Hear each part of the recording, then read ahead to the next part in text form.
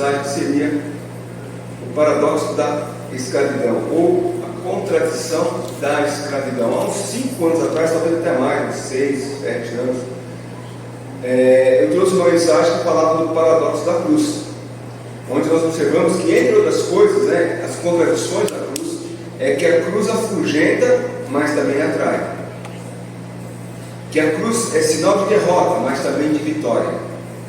São coisas contrárias, contraditórias, mas que, na verdade, apontam para aquilo que é, de fato, o Evangelho. Também falamos que na cruz temos a salvação, mas também a perdição.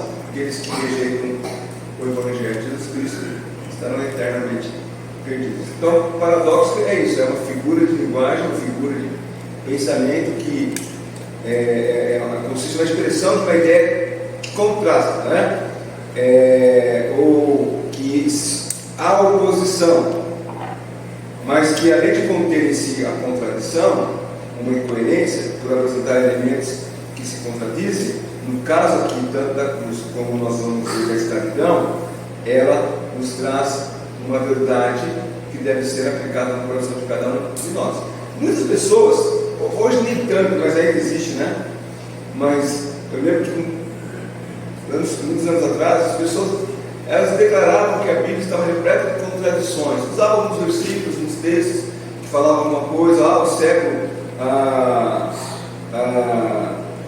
o cego de Jericó, ele estava entrando e saindo, um texto de Jericó, um texto lá que está saindo, um texto que está entrando, e faz uma contradição, e outras coisas, outros versículos que aparentemente poderiam se contradizer, mas que na verdade havia uma explicação, como no caso do cego, é que o texto no Evangelho fala que está entrando na cidade, mas ela é na cidade nova, e você vai estar saindo da velha. Então, de uma cidade, é a mesma cidade, a velha é nova, um entra, outro sai. Enfim, as pessoas olham esses versículos, buscam algo que possa contradizer, para assim afirmar que a Bíblia não é confiável. Mas quando você analisa com mais profundidade, se derruba qualquer argumento contra esta acusação. Consideremos, por exemplo, a verdade que a salvação é gratuita. A salvação é gratuita? Pela graça sois salvos. Mas ao mesmo tempo, custou muito, mais do que o ouro e a prata. Ou que para ser verdadeiramente rico, a palavra de Deus diz, nós devemos ser pobres. É uma contradição. Para que você ganhe a vida, você tem que perdê-la. É algo contraditório. Como assim? Para ganhar tem que perder. E nessa lista podemos colocar o ensino bíblico a respeito da escravidão a Cristo. A metáfora que Paulo usa a escravidão geralmente a escravidão é associada ao desprezo, à opressão. Quando falamos do período de escravidão, o Brasil teve um período de escravidão, ou o povo de Israel no Egito foi escravo, e outros povos que foram escravos. Geralmente nós vamos lembrar de algo referente à opressão, abuso, a desprezo. Mas a escravidão, quando saímos da escravidão do pecado para nos tornarmos escravos de Cristo, isso é transformado em algo singular, A gloriosa é gloriosamente transformada por Cristo em honra, liberdade, bênção eternal. Ao invés de desprezo, honra; ao invés de opressão, bênção; ao invés de prisão, liberdade. É isso que o contraditório ou paradoxo da escravidão. Sabemos que o homem que não é redimido, aquele que não tem Cristo como seu Salvador, ele é escravo do pecado. O Senhor Jesus Cristo fala isso ali em João capítulo 8, versículo 34. João 8, 34.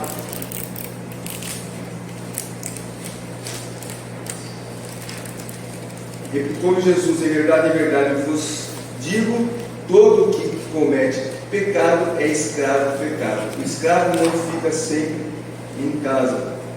Aí o filho está falando do escravo, aquele que comete pecado é escravo do pecado. Então, o homem não redimido é escravo do pecado.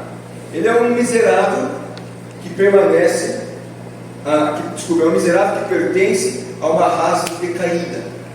Ele está preso, ele está cego, ele está morto, ele não tem vida. Ele é rebelde e desobediente aos preceitos de Deus. Mas ele se acha livre. Eu faço o que eu bem entender. Só que o que ele faz é aquilo que o pecado exige dele. Quando Jesus veio ao mundo, ele veio para nos dar a sua vida.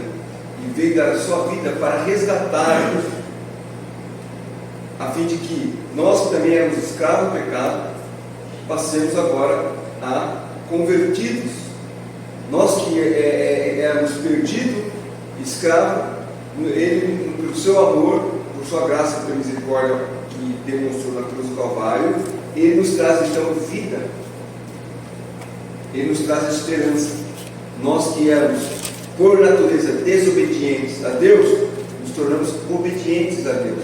Nós que éramos sem esperança, passamos a ter esperança. Através de Cristo fomos redimidos do mercado escravo do pecado. Nós somos limpos pelo sangue de Jesus das nossas iniquidades e Ele nos revestiu da sua justiça. Aliás, a palavra redimir tem esse significado. Significa libertação, reabilitação, reparo, salvação. É um ato de adquirir de novo, de resgatar, de tirar do poder alheio do cativeiro. É nos livrar, ou é livrar o homem de um passado arriscado, é livrar o homem das penas do inferno.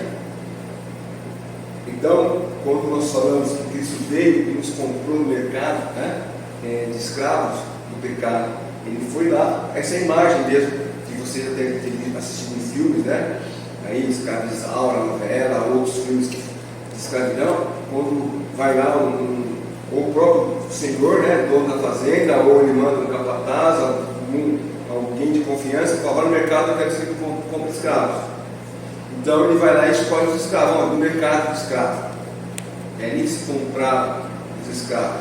Ainda em algumas cidades existem ali o monumento onde era feita a compra e venda de escravos. Então redimir é isso. Nosso Senhor Jesus Cristo, Ele foi ao mercado do escravo e nos comprou, nos resgatou, nos tirou daquele jugo de escravidão. Nós deixamos o mercado de escravo, de pecado, para sermos servos de Deus. Ou como Paulo fala em 1 Coríntios 7, 22, pois aquele que sendo escravo foi chamado pelo Senhor, é liberto e pertence ao Senhor. Semelhantemente, diz Paulo, aquele que era livre, quando foi chamado, é escravo de Cristo. Então, esse é algo que as pessoas que não conhecem, não entendem, não aceitam o Evangelho, vê uma contradição. Como assim? Ele nos comprou do escravo do mercado, Ele nos comprou do mercado do escravo do pecado, para nos fazer escravo dele. É isso que acontece com qualquer situação na época da escravidão. O Senhor vai lá, Ele compra o escravo e não está libertando ele, mas está escravizando ele. Esse escravo está sendo levado para a sua fazenda, para trabalhar lá. Alguns, muitas vezes, caem em mãos de senhores mais benevolentes, outros em mãos de senhores mais cruéis. Mas o que o Senhor Jesus, o que o apóstolo Paulo quis dizer quando nos chama de escravos de Cristo? Devemos ver as nossas vidas nessa perspectiva. Como crentes, somos escravos, mas nessa escravidão, e aqui é o paradoxo, nos traz liberdade. Somos escravos de Cristo, mas em Cristo somos livres. Livre para pecar? Não. Se você falar de uma pessoa que não tem uma certa afinidade com a palavra de Deus, ou desconhece a palavra de Deus, ou talvez alguns crentes ainda recém-convertidos, para eles parece algo estranho, a palavra de Deus nos fala que saímos escravos do pecado para ser escravos de Cristo. Mas a palavra de Deus também nos ensina que a verdadeira liberdade só pode ser encontrada através da escravidão em Jesus Cristo. E como eu disse, essa primeira contradição, esse primeiro paradoxo. Um homem incrédulo se acha livre, na realidade ele é escravo em Cristo. Então, se você chegar para qualquer pessoa do mundo e falar, você é escravo. Não, eu sou livre, eu faço o que eu bem entender. Então, ele, se achando livre, ele é escravo do pecado, ele é escravo dos seus vícios, dos seus hábitos. Ele é mantido em escravidão, ele é mantido na prisão dos vícios, nos maus hábitos, na lascívia, todo tipo de transgressão. Alguns mais, outros menos, mas são pessoas escravizadas. Eu faço o que eu quero. Não, ele faz aquilo que o seu Senhor, que é o pecado, manda ele fazer. Aqui em Romanos capítulo 6, que nós lemos essa noite, do versículo 16 ao versículo 18, se você prestou atenção na leitura, o apóstolo Paulo ele diz assim: não sabeis que daqueles a quem vos ofereceis como servos para a obediência desse mesmo a quem obedeceis sois servos, seja do pecado para a morte ou da obediência para a justiça? Mas graças a Deus, porque outrora escravos do pecado, contudo viesse a obedecer de coração a forma de doutrina que fostes entregue, e uma vez libertados do pecado, fossem feitos servos de justiça. Então o apóstolo Paulo ele mostra aqui claramente que nós que éramos escravos do pecado, nós que oferecíamos nossos corpos para fazer as coisas desse mundo, que agradavam esse mundo, a nossa própria carne, na verdade nós estamos simplesmente revelando de que nós éramos apenas servos, escravos do pecado. Então, nesse mundo só existem dois tipos de pessoas: os escravos do pecado e os servos da justiça, ou como Paulo fala, como nós vemos, escravos de Jesus Cristo. A escravidão a Cristo não significa ao nos convertermos ao Senhor Jesus Cristo, isso não significa apenas que estamos livres do pecado, da culpa e da condenação, mas estamos livres para obedecer, agradar a Deus e viver da maneira que Deus requer. Então, por isso que Paulo fala que somos escravos de Cristo.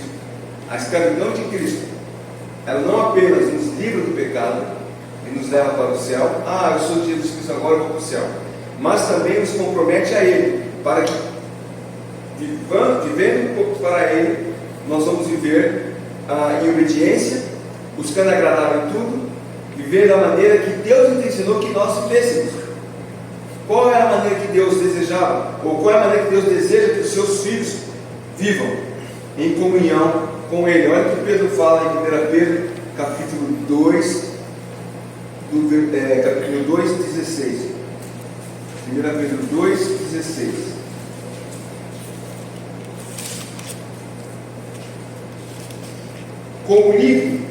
Como livres que sois, não usando todavia a liberdade por pretexto da malícia, mas vivendo como servos de Deus. Então, livres que somos, nós não vamos viver, usar o pretexto para viver uma vida de malícia, pecado, mas vivemos como servos de Deus, buscando fazer aquilo que agrada a Deus. Então, a escravidão a Cristo é a única liberdade que nós vamos ter. O próprio Senhor Jesus Cristo nos diz ali também em João 8,16: se pois o Filho vos libertar, verdadeiramente sereis livres. Alexander McLaren não é o dono da marca McLaren, eu sempre gosto, eu falei isso semana passada, eu gosto de dar a referência e dizer quem ele era. Alexander McLaren era um comentarista bíblico batista escocês, viveu de 1826 a 1910. Ele escreveu a respeito desse versículo de João 8,16: se pois o Filho vos libertar, verdadeiramente serei livre. Ele disse o seguinte: tal escravidão é a única liberdade. Ser livre não significa fazer o que você quer, significa gostar do que deve gostar de fazer. Apenas é livre aquele que se submete a Deus em Cristo, e assim supera a si mesmo e ao mundo e a todo antagonismo. O peso da liberdade excessiva é uma escravidão dolorosa, Escravos são os que dizem: rompamos os seus laços e sacudamos de nós as suas algemas. Mas os libertos dizem: Senhor, põe tuas algemas abençoadas em meu braço, impõe a tua vontade sobre a minha, e enche meu coração com o teu amor. E então minha vontade, minhas mãos se moverão livre e prazerosamente diante de ti. Se pois o filho nos libertar, verdadeiramente ser livre. Então essa é a contradição. O que se acha livre é escravo, e o que é servo de Cristo, o escravo de Cristo, ele é livre para fazer o que quer, não, para fazer aquilo que agrada a Deus. Os crentes, nós infelizmente ainda temos, vivemos na carne e podemos ainda cair no pecado, mas isso não é algo recorrente, diário, é algo que acontece e deve acontecer de vez em quando, através de escolhas erradas, desobediências, mas eles jamais serão escravos do pecado como eles eram antes, porque eles foram resgatados e libertos por Cristo. O pecado já não tem mais poder sobre ele, ele não vai mais, é como uma pessoa que tem um vício, eu já trabalhei com várias pessoas que muitas vezes prometeram largar de fumar, ficava uma semana, 2 semanas, 3 semanas, voltaram. Outros falam: não, eu paro quando eu quero. Então para. Passado um mês, voltaram. Ele é escravo. Não tem jeito, é muito difícil. A pessoa, ela é escrava daquele vício, então ela vai viver sempre fazendo aquilo. Então o crente, ele tem a consciência que ao ser liberto da escravidão do pecado, agora ele é servo de Cristo e vai fazer como esse autor aqui escreveu, Alexandre McLaren. Ele vai querer estar algemados em Deus, para que possa fazer a vontade de Deus e não a sua própria vontade. Por isso que o crente, ele sempre, quando vai fazer algo, ele ora a Deus pedindo direção para conhecer a vontade de Deus. Quando ele está pensando em casar, ele ora a Deus pedindo direção, porque ele quer fazer a vontade de Deus. O que não é de Deus, aquele que não é escravo de Cristo, aquele que não é servo de Cristo, ele toma a decisão que ele quer e ele escolhe qualquer pessoa. Geralmente vai pela beleza física ou pela conta bancária, enfim. Mas não quer saber se ele é crente, se ele não é crente, se ele quer agradar a Deus, se não quer agradar a Deus. Por quê? Porque ele não é submisso à vontade de Deus. Já o crente é o contrário. Até mesmo em coisas do dia a dia. O escravo, ele compra coisas que lhe agradam. O crente compra aquilo que vai exaltar a Deus. Por exemplo, o crente do Senhor Jesus Cristo, ao comprar uma roupa, não vai comprar uma roupa escandalosa, uma roupa que possa chamar a atenção, uma camiseta com uma blasfêmia, ele vai comprar uma roupa discreta, uma roupa que não exalta a si próprio, uma camiseta com estampa que não seja algo afrontoso. Às vezes você vê umas camisetas em inglês aí que você vai ler, é um palavrão, por exemplo, é um palavrão que está escrito ali, a pessoa nem sabe o que está escrito. O crente ele toma esses cuidados, ele vai sempre buscar a orientação de Deus, até mesmo as pequenas coisas. Algumas ele não precisa parar para orar, ele fala assim: eu tenho que saber. Não, ele já sabe, ele bateu o olho, você não é de Deus. O dia eu estava passando no canal da Elizabeth, passando um filme, 2 minutos do filme. Isso aqui é uma. Fala para vocês, não era blasfêmia. Elizabeth usou um termo lá, porque o filme era. Acho que era blasfêmia mesmo, aquele lá do brasileiro, do Papa lá, do filme. Então, não foi nem 2 minutos, 1 minuto do filme, mas isso aqui é blasfêmia. Está tirando. Por quê? Senhor, não é pecado assistir um filme, não é errado você se perder um tempo assistindo um filme. Mas tem filme que você, isso aqui não é para mim, não é coisa do Filho de Deus. Ele não é escravo daquilo, ele não vai buscar aquilo. Ele não é dominado, por exemplo, como muitos são dominados, escravizados, por exemplo, com a pornografia, e vivem na pornografia. Eu paro com alguém, não consegue, e se alimenta daquilo diariamente. O Filho de Deus, ele sabe, não, esse filme é pesado, esse filme tem uma conotação pornográfica muito forte, não dá para assistir. Eu nem assisto. Então, o o Filho de Deus, ele quer fazer aquilo que agrada a Deus. Muitos cristãos caem em pecado de vez em quando, devido às escolhas erradas que eles fazem. Mas o pecado não tem poder sobre ele. Um dos chamados pais da igreja, do quarto século, João Crisóstomo, ele ilustrou essa verdade dizendo o seguinte: é um absurdo que aqueles que estão sendo conduzidos ao reino de Deus tenham o pecado reinando sobre si, ou que aqueles que são chamados a reinar com Cristo escolham ser cativos do pecado, como se alguém pudesse arrancar a coroa de sua própria cabeça e escolher ser escravo de uma mulher histérica que se achegue mendigando e coberta de trapos. Como pode o pecado reinar em você? Isso não vem de qualquer poder, do pecado, mas sim da sua própria ociosidade. Quando ele usa esse exemplo aqui, hoje em dia, se ele fosse, eu chamaria de sexista, né? Como assim? Você está comparando o pecado com uma mulher histérica que se coberta de trapo? Ele está querendo dizer o seguinte: você está tirando a coroa, né, do rei Jesus, arranca a coroa da cabeça de alguém que é surdo de Jesus, para se ajuntar com alguém que despreza o Senhor Jesus. O que ele está querendo dizer é o seguinte: como alguém que tem água limpa na fonte para beber, prefere beber uma água de esgoto. Vamos botar nesses termos, né? É o que muitas vezes a gente faz. O escravo do pecado bebe água do esgoto. O servo de Deus tem água limpa. Por quê? Ele agora é livre para fazer aquilo que agrada a Deus. Então, sendo redimidos por Cristo, fortalecidos pelo Espírito Santo, os crentes têm tudo o que precisam para obter vitória sobre a tentação e o pecado. Então, esse é o primeiro paradoxo aqui que nós acabamos de falar, né? A escravidão nos traz liberdade. É uma contradição, mas ser livre em Cristo nos faz escravos de Jesus Cristo. Lembre sempre disso nas suas tomadas de decisões. Aquilo que vai fazer, agrada a mim mesmo ou agrada a Deus? Aquilo que eu vou fazer, escandaliza o nome de Cristo? Coloca o nome de Cristo de forma que venha escandalizar? Ou ele de fato vai exaltar o nome do Senhor Jesus Cristo? Não estou dizendo que você precisa ser filho, como alguns acham, né? As minhas roupas tem que ter versículo bíblico, o meu carro tem adesivo bíblico, as músicas que eu escuto são músicas evangélicas, tem algumas que não dá nem para ouvir, né? Diz evangélica, mas não dá nem para ouvir.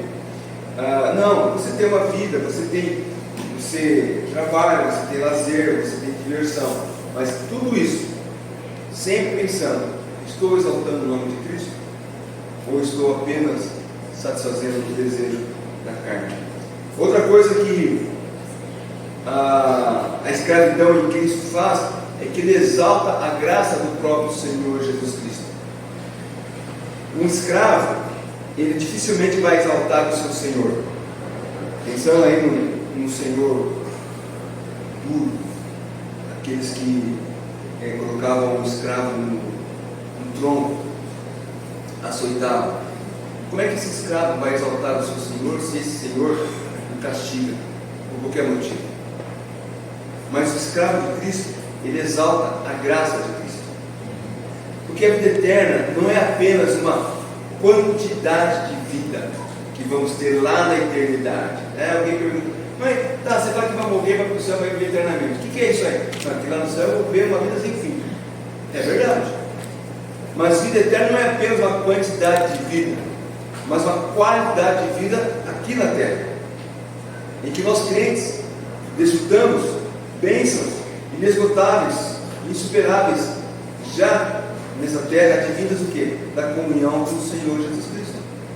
Já aqui podemos desfrutar dessa comunhão. Quando eu morrer eu vou ter uma comunhão eterna com Jesus. Mas nós já podemos desfrutar de comunhão eterna com Jesus aqui, nessa vida. Podemos exaltar, né, a graça que nos salvou. Alguns hinos que falam da graça, né, como estou lembrando agora, maravilhosa graça, né, graça de Jesus.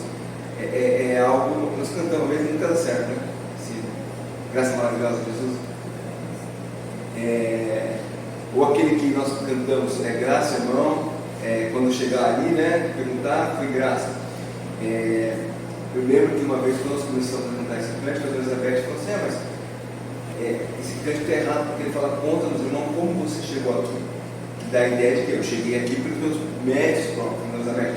Olha a resposta dele: é graça, irmão, simplesmente graça, né? Superabundante graça. Então, a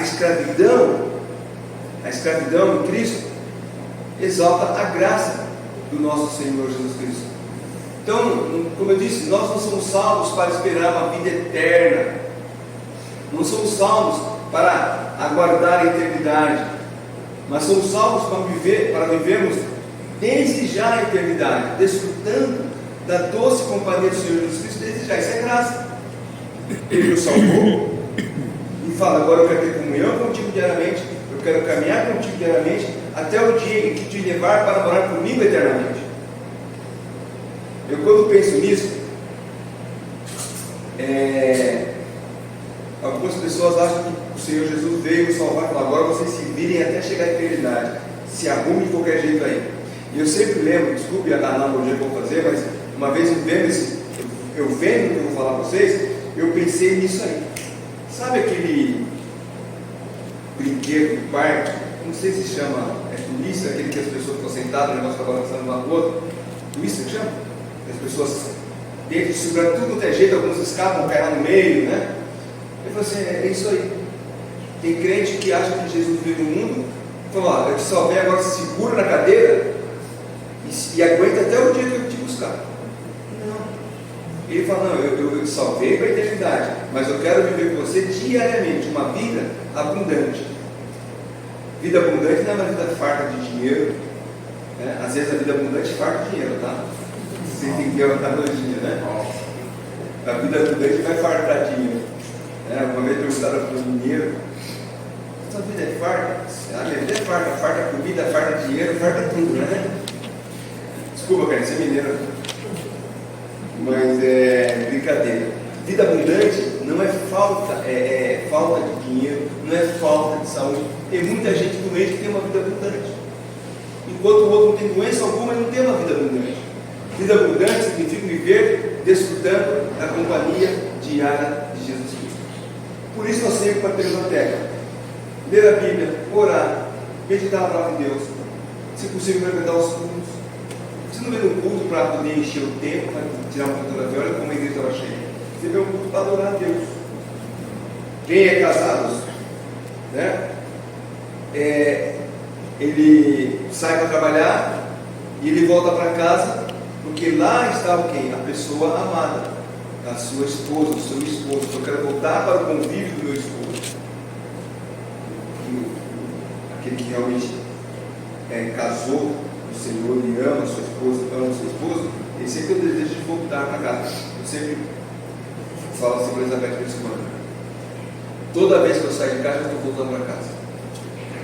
Porque às vezes, quando eu saí fazendo aula com meu irmão, eu saía, mas eu estava voltando, porque a minha ideia é fazer todo o trajeto, mas eu quero voltar para casa, porque ali é o lugar de convívio com a pessoa que Deus chamou para ser minha esposa, que nós vivemos a vida como um lugar.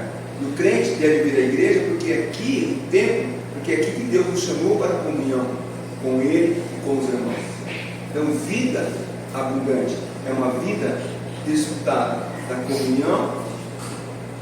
comunhão com o nosso Senhor Jesus Cristo.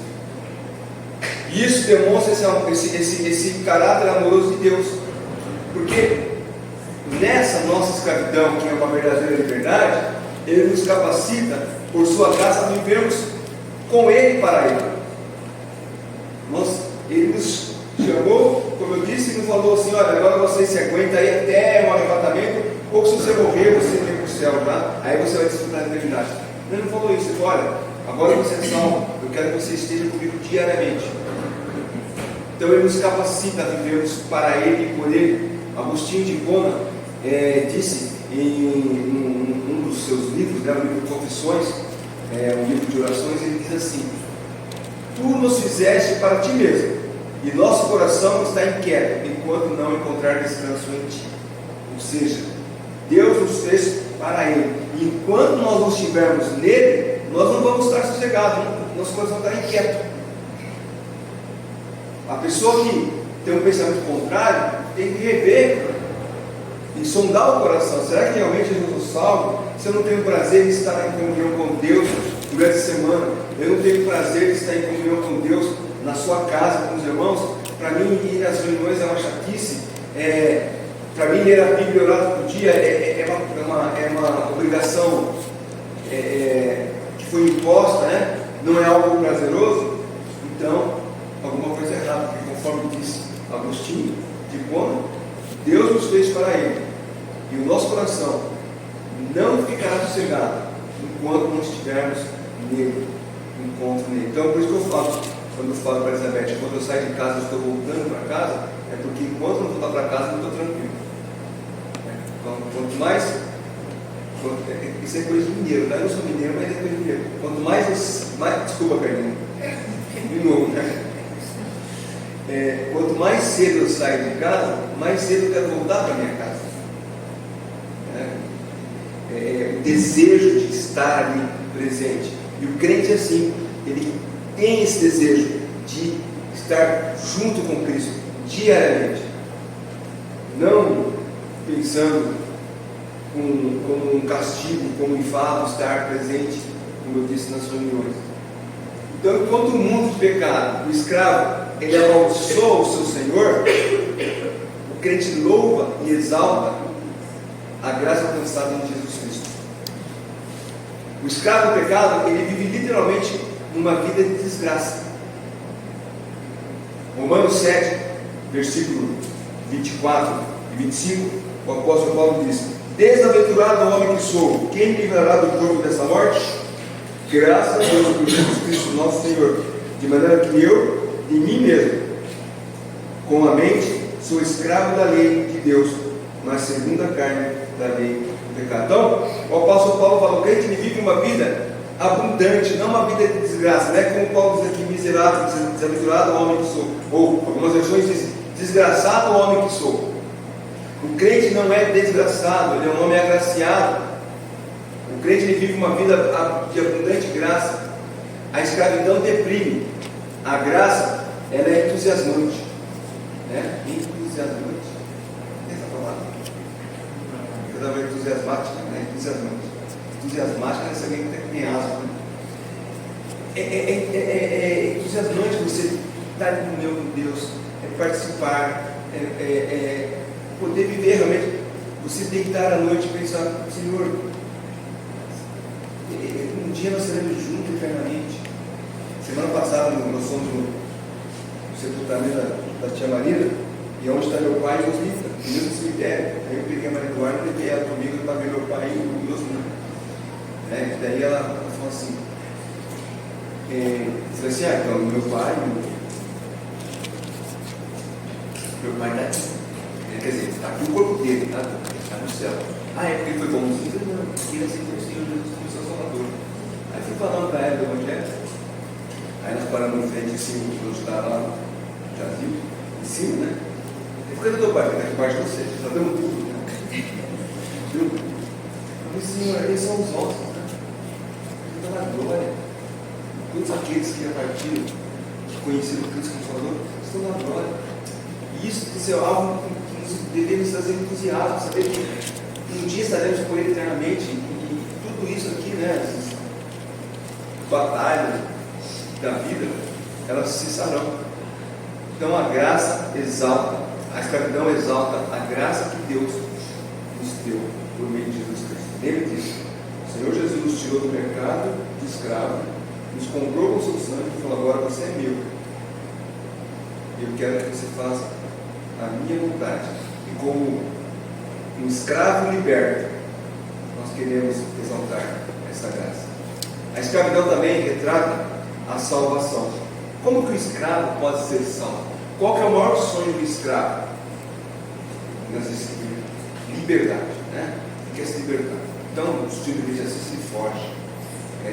A série Raízes, que passou nos anos 80, foi filmada agora, anos atrás, conta a história de Kunta Kinte. Ele queria fugir de todo jeito. E até que o dono dele falou: rapaz, não tem jeito. Toda vez que uma brecha se foge. O que o dono dele fez? Cortou os dedos dele, né? Os pés dele. Daí, agora, para fugir, você vai ter mais dificuldade. O sonho do escravo é fugir. para a sua liberdade. Ele quer alcançar a salvação, quer ser salvo daquela vida de escravo. Já o crente no Senhor Jesus Cristo, nesse último paradoxo, Deus expressou as riquezas da nossa salvação usando o simbolismo da escravidão. A obra expiatória de Cristo na cruz nos redimiu de forma que fomos comprados por Ele. E tendo sido comprado por preço mais precioso que o ouro, que a prata, nós estamos agora em sua posse. Então nós somos libertados do pecado e assim como escravos da justiça possuímos uma liberdade gloriosa que será nossa por toda a eternidade. Então a escravidão nos retrata a salvação, porque ao ser salvo nós passamos a ter uma perspectiva de vida eterna. A figura da escravidão ela faz mais que meramente retratar o Evangelho. De novo, nós temos o hábito, conhecemos, quem foi criado na igreja desde pequeno, ou esses termos escravo, pecado, liberdade de Cristo, já cria na sua mente uma imagem do que nós estamos falando. Mas a mensagem do Evangelho, ela, que é um plano de salvação, ela se torna muito mais do que um plano de salvação, porque ela não apenas apresenta um plano de salvação, mas ela convida e chama as pessoas para abraçar a pessoa que nos dá a salvação. Quando nós pregamos o Evangelho, nós falamos então, Jesus Cristo foi um homem, ele foi Deus que fez homem, que veio na terra, ele habitou entre nós, ele nasceu de maneira simples, foi colocado numa manjedoura, e assim ele cresceu, ele se desenvolveu, mas ele morreu na cruz.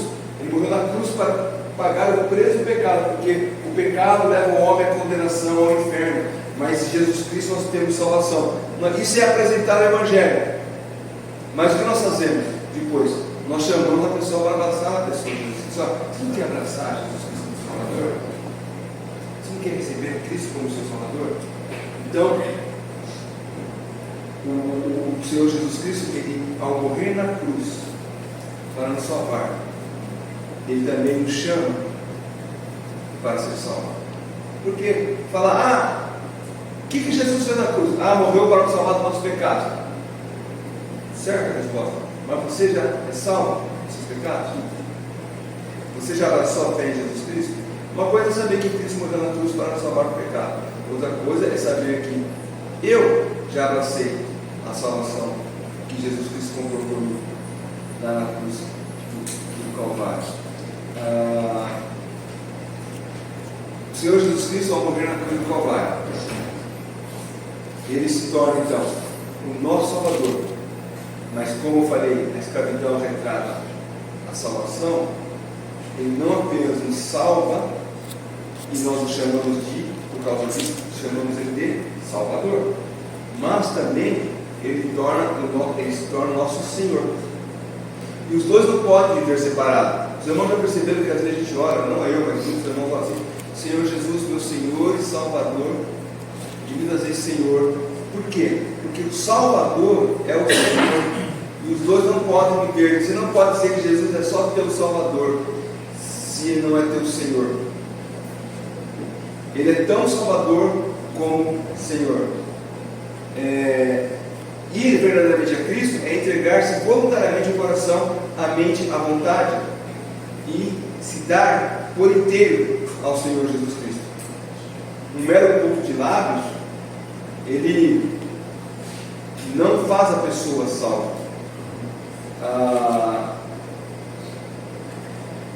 A pessoa que apenas professa, né? Assim, por professar, olha, então você quer aceitar Cristo? Então repita essa oração. E a pessoa repete, mas ela não compreendeu ainda, não sabe o sentido, não entendeu a importância do que é aquilo.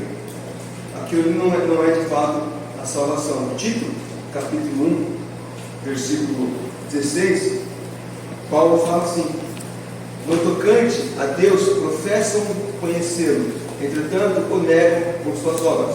É por isso que são abomináveis e desobedientes e reprovados para toda boa obra. O que Paulo está falando? Pessoas que professam Jesus com os lábios, mas não o reconhecem como seu Senhor. Por que não reconhecem? Porque negam fazer as obras de Deus. E ao negar fazer a obra de Deus, ele se torna, a sua confissão é uma falsa confissão. Como o Senhor Jesus Cristo mesmo disse, nem todos que me chamam de Senhor, Senhor, entrarão no reino de Deus. Porque é uma falsa confissão. A pessoa, ao confessar Cristo como seu Salvador, vai querer ele como também o seu Senhor. Então, pregar Cristo como Salvador, mas não como Senhor, é apresentar o Evangelho pela metade, ou uma mensagem incompleta. Jim Elliot, também é um outro, foi um missionário famoso que morreu entre os índios no Equador. Ele disse o seguinte, ele disse, uma heresia do século XX, que Cristo é apenas Salvador por direito e Senhor por opção do crente, essa negociação do único Mestre e Senhor anuncia a metade de sua pessoa, declarando apenas parcialmente a verdade como ela é em Jesus Cristo. Ou seja, a pessoa não, ele é meu Salvador, mas meu Senhor não, porque na minha vida quem manda sou eu. Jim Elliot está dizendo que essa mensagem, essa declaração parcial, ela é parcial, Ele continua, o Evangelho deve ser pregado com total compreensão de quem Ele é. Ele é o Senhor exigente e o Salvador que liberta.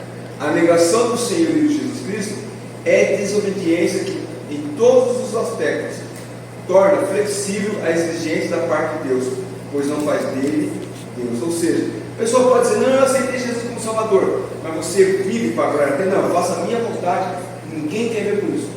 Será que realmente aceitou Cristo como Salvador? Porque se eu tenho Ele como meu Salvador, conforme diz Jim Elliot, eu quero ter Ele como meu Senhor, quero ter Ele como meu Senhor, porque então aí a mensagem está completa. Caso contrário, é um Evangelho proclamado pela metade.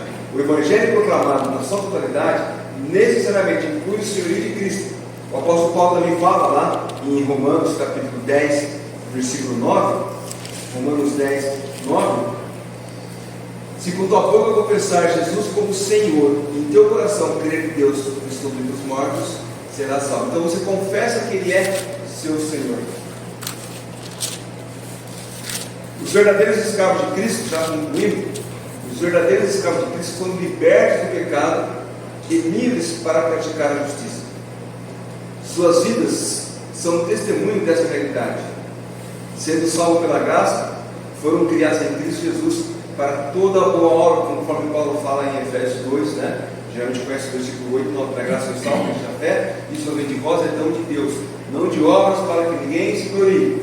Mas o versículo 10, ele diz o quê? Pois fomos criados em Jesus.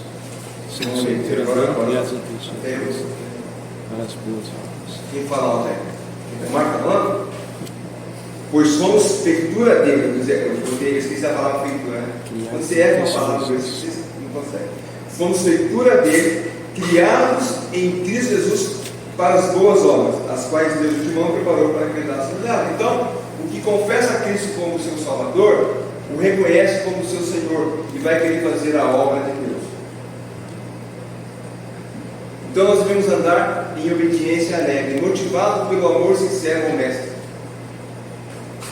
João 14, 15, a última referência, nós lemos assim: se me amais, guardareis os meus mandamentos. Outro famoso pregador, era conhecido como o príncipe dos pregadores, Charles Spurgeon. Ele escolheu assim, ele disse: todo cristão verdadeiro pronuncia enfaticamente e sem qualquer reserva: Jesus nosso Senhor. Nosso desejo é que Jesus Cristo seja nosso Senhor em todas as coisas e Senhor sobre toda a parte do nosso ser. Aquele que ama verdadeiramente a Jesus sabe que é um dos redimidos por Ele e diz com todo o coração que Jesus Cristo é Senhor, seu soberano absoluto, seu déspota. A esta palavra déspota, Spurgeon dizendo, se ela for utilizada no sentido de que Cristo está reinando ilimitado, dominando supremo sobre a sua alma, sim, ó Senhor Jesus, nosso Senhor, tu serás mestre absoluto e soberano sobre o nosso coração, com domínio total sobre a nossa humanidade. Então ele usa a palavra déspota, que a gente usa na maneira negativa, de um tirano, mas ele usa aqui no sentido, ele fala, se você usar ela no sentido que Cristo está reinando de maneira ilimitada em sua vida, de maneira suprema em sua alma, então sim, ele será o seu mestre absoluto, será soberano no seu coração, terá domínio de toda a sua humanidade. O que significa ser cristão? Se examinar, o que significa ser cristão? Se examinarmos a identidade de homens do passado, veremos que ser cristão é um conceito estranho à humanidade. Quando nós olhamos pessoas que morreram por causa de Cristo, abandonaram tudo por causa de Cristo, para a nossa atualidade é algo estranho, porque o mundo não quer isso. Muitos que vivem em igreja não querem isso, não querem deixar de lado a sua vida, né? Porque o que confessa a Cristo como Salvador, ele tem uma transformação profunda e radical. A mente que era corrompida pelo pecado é transformada agora para a glória de Deus. Então, se queremos compreender plenamente o significado de seguir a Cristo, devemos abraçar as implicações da mudança que a vida de seguir a Cristo nos traz. E isso é um conceito vital para todo crente. Ser cristão significa ser escravo de Cristo. E aí uma pergunta que cabe a todos nós: somos escravos de Cristo? Ou somos escravos de nós mesmos, dos nossos desejos? Que possamos ser escravos de Jesus Cristo para a glória dele. Amém? Vamos cantar.